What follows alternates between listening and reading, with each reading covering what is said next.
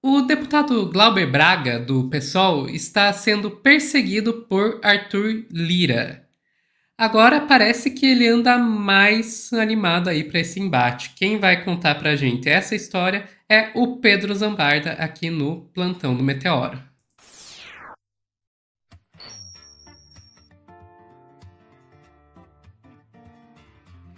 Pedro, Glauber de volta na briga. Boa notícia.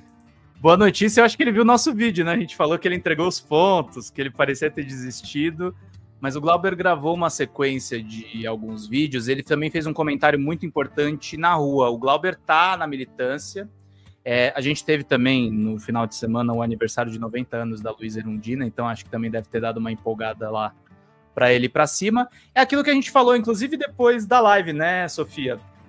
Pode ter, inclusive, vida para o Glauber, vida política ativa, mesmo se ele for cassado, né? O mandato não é o fim da atuação política, né? E aí ele gravou esse vídeo, meio que parece que respondia a gente, e ele fala um pouquinho do que ele pretende fazer lá na Câmara. Vamos ver juntos? Bora lá.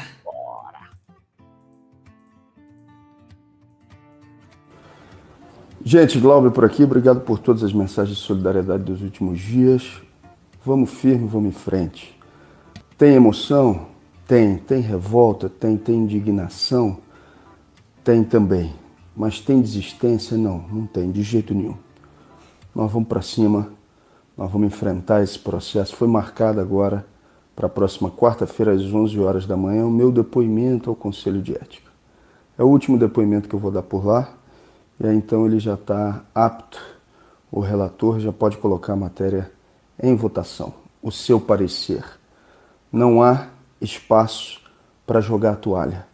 Nós vamos continuar seguindo firmes, enfrentando o que tem que ser enfrentado, as injustiças e as perseguições. Nós não escolhemos o lado fácil da história.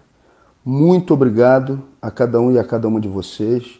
Nós não vamos jogar a toalha. Vamos para cima deles. Um abraço grande. Eu quero pegar uma frase só que ele falou. Nós não escolhemos o lado fácil da história. Eu acho que independente do que as pessoas acreditam dentro da esquerda, eu acho que o governo Lula tinha que pensar um pouco mais nessa fala do Glauber. Porque foi o que a gente falou no último corte, né, Sofia? Cadê o PT? Cadê o PSOL? Você me falou, inclusive, a respeito das brigas internas que tem nesses partidos. E a impressão que dá é que tem gente do nosso campo e companheiros assim fraternos, pessoas que estão na luta justa, mas que não entenderam essa coisa que a gente não tá na luta fácil da história. A gente tá para eventualmente tomar porrada e perder. Sim, sim, isso pode e provavelmente vai acontecer, porque a gente tem que pensar que o sistema é de direita. A verdade é Sim. essa. O sistema é direita. O sistema é um sistema capitalista, então a economia está do lado deles, a imprensa está do lado deles, as instituições políticas estão do lado deles. A gente está nadando contra a maré o tempo todo. E se a gente está nadando contra a maré o tempo todo, é inevitável que a gente vai sofrer derrotas. É inevitável. A questão é levantar e continuar lutando apesar disso. E é uma coisa assim, a gente vai sofrer derrotas, mas é aquela coisa, e Sofia, no caso específico da gestão do Arthur Lira na Câmara dos Deputados, o Arthur Lira é inclusive criticado pela imprensa burguesa, e ele se sente livre, você falou muito bem, a direita é quem domina esse sistema, ele se sente livre mesmo com a imprensa burguesa denunciando os desvios, o uso de emendas parlamentares, o escândalo da robótica. O Arthur Lira se sente à vontade para processar e censurar essa imprensa.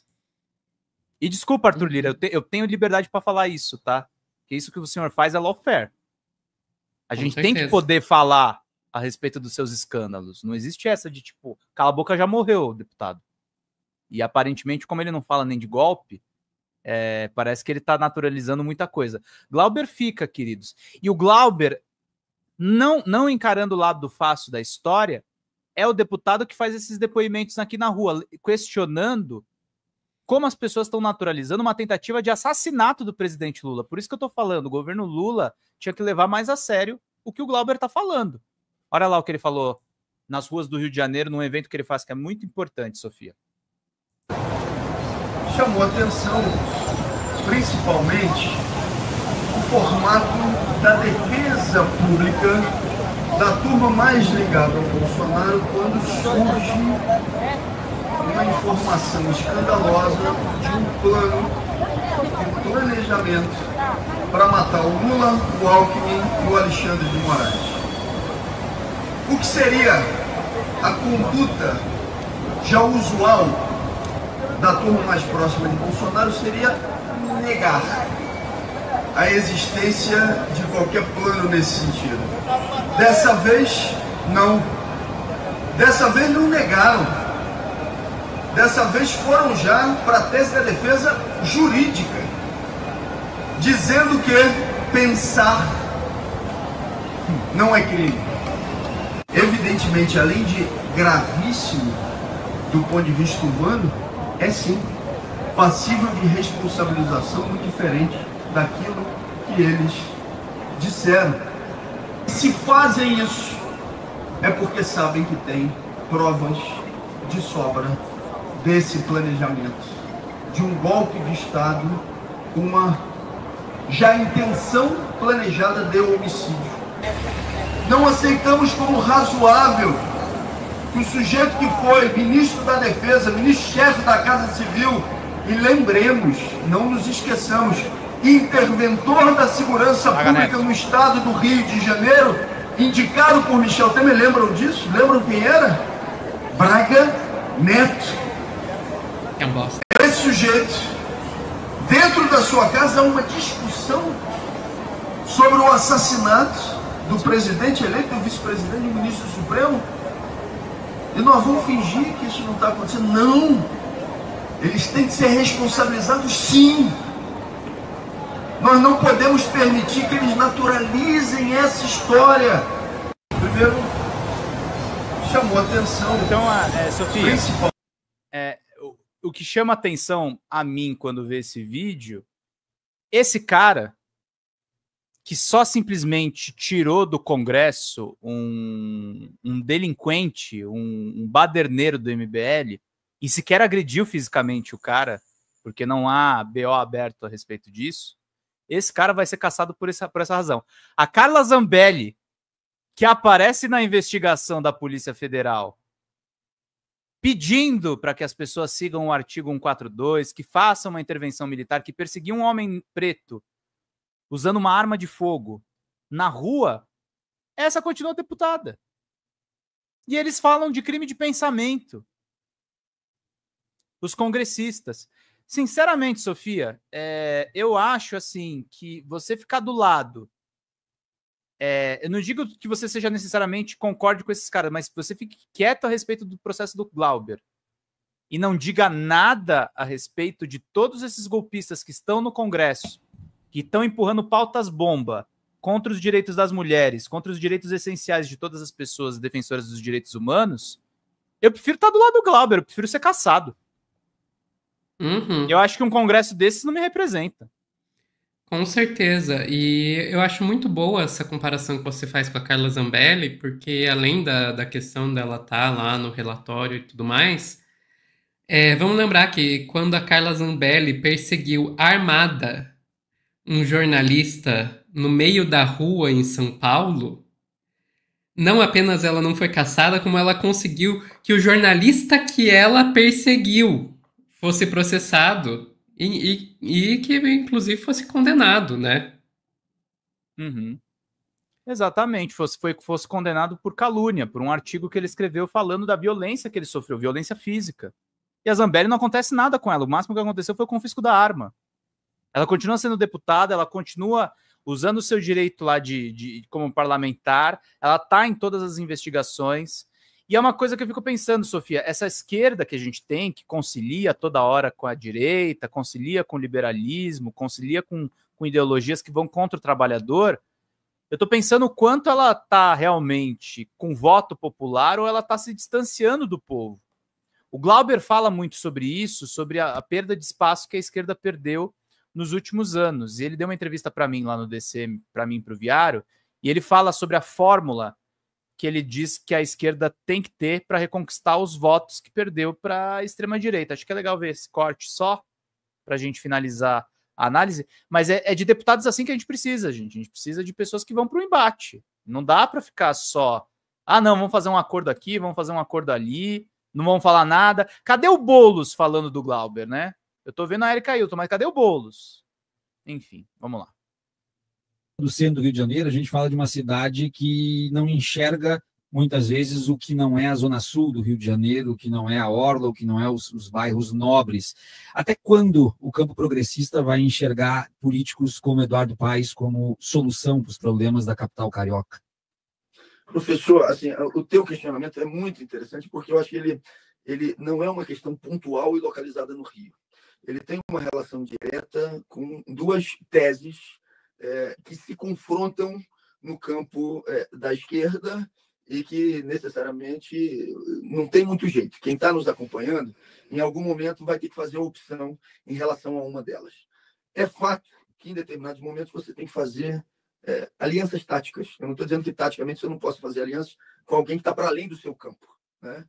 Evidentemente, isso tem que acontecer. Um exemplo típico Pausa é a um pouquinho, aliança Sofia. tática que foi feita no segundo turno das eleições presidenciais.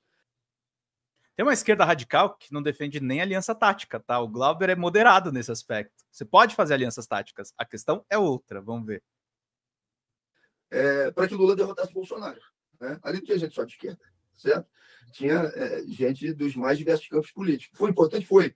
Normalmente, só falam da importância que teve essa aliança nos apoios que vieram da direita. Mas numa eleição tão apertada, todo o apoio foi muito importante, inclusive da esquerda radical. Ou seja, o conjunto das forças teve importância naquele resultado. O problema é quando essa tática, que pode ser utilizada eventualmente, se transforma em estratégia. Ou seja, parte do pressuposto que, a partir de então, em nome de um enfrentamento à extrema-direita, só existe uma solução, que é um abraço que tem que ser realizado entre a velha direita e a esquerda moderada, ou social-liberalismo, como vocês queiram chamar, ou centro-esquerda. E a única alternativa, então, é a união. É um abraço dessas forças, porque senão você não consegue derrotar essa extrema-direita, ou seja, se junta todo mundo contra a extrema-direita. O problema é que quando isso vira estratégia, e você tem um governo eleito com essa tática, mas que assume como estratégia, a ala direita sempre cobra a manutenção de um programa econômico onde os seus interesses não sejam colocados em xeque. E não colocar em xeque os interesses da ala direita dessa tática que juntou todo mundo é não garantir direitos materiais robustos para a classe trabalhadora, que precisa ter a esperança de que a sua vida melhorou com robustez a partir do momento em que a extrema-direita não está no exercício, por exemplo, da presidência da República. Como ilustração disso, eu quero gastar minhas energias dialogando, como fiz no final de semana, com os moradores de Santa Cruz, da Zona Oeste do Rio de Janeiro, lá da Casa da Moeda do Brasil, trabalhadores e trabalhadoras, mostrando que um programa de esquerda foi fundamental para que a Casa da Moeda não fosse privatizada, que a mobilização deles foi fundamental para isso. E quero gastar muito pouquinha energia tentando convencer a Suzana Vieira a não ser lavajatista. Ou seja, se eu tenho que botar as minhas energias numa classe média que já está completamente voltada para uma posição moralista e lavajatista, eu vou gastar minhas energias prioritariamente com a classe trabalhadora que perdeu as esperanças em algum projeto que pudesse fazer com que ela tivesse mais apoio. Eu acho que quando a gente faz isso, a gente consegue atingir o coração das pessoas no sentido de cativar as pessoas na compreensão de que a vida delas pode mudar e pode melhorar. E aí eu acho que a gente tem que, no Rio de Janeiro especificamente, como foi o município ou o estado citado por você, professor, lembrar de figuras históricas que fizeram esse enfrentamento localmente. Ou seja, eu não consigo falar do Rio sem dialogar sobre o que foi, por exemplo, o fenômeno Brizola, ou seja, que construiu 500 CIEPs espalhados por todas as regiões do Rio de Janeiro e que até hoje, quando alguém pergunta quem foi o último governador do Rio eleito, que fez majoritariamente pelo povo, as pessoas vão responder rapidamente: Brizola. E a votação de Brizola, onde é que era? Ele conseguiu está com força política na Zona Oeste, ele conseguiu estar com força política na Baixada Fluminense, que são regiões que até 2014 ainda votavam com a gente, votavam contra a direita, e que a partir de 2018 deixaram de votar. É evidente que essa questão é multifatorial. Eu não estou querendo simplificar o que é complexo, mas isso passa necessariamente, na minha avaliação, por apostar numa linha política de enfrentamento que não tenha como prioridade a aliança com setores liberais, e sim despertar principalmente a paixão daqueles que estão desmotivados, que são da classe trabalhadora e que são numericamente muito superiores, ou seja, são a maioria do povo. A maioria não é quem mora nas regiões ricas, a maioria é quem mora nas regiões populares, e que se você disser para eles que tem um projeto de ruptura com o modelo que está excluindo, eles vão junto contigo. Se você disser que vai reestatizar a SEDAI do Rio de Janeiro, que é um absurdo, o preço da conta de água que está sendo cobrada, e que a gente precisa dar apoio, como tem dado, aos 16 municípios que não privatizaram, você atrai parte dessa classe trabalhadora, inclusive, que está desalentada, que não tem esperança. Tentando responder a sua pergunta sem fugir dela. Eu acho que o teu questionamento é chave para uma disputa importante que se faz de linha política. E a linha política que eu acho que tem que prevalecer na esquerda não é aquela que prioriza, repito, a aliança com setores liberais. É aquela que, mesmo parecendo em determinados momentos isolada, vai dialogar com a maioria do povo da classe trabalhadora com um programa que supere as dificuldades materiais que estão sendo enfrentadas por ela. Eu acho que mais do que caixinha, Sofia, a gente tem que voltar a discutir a esquerda como uma estrutura. A gente está fazendo só a esquerda que a direita gosta. Exato, exato.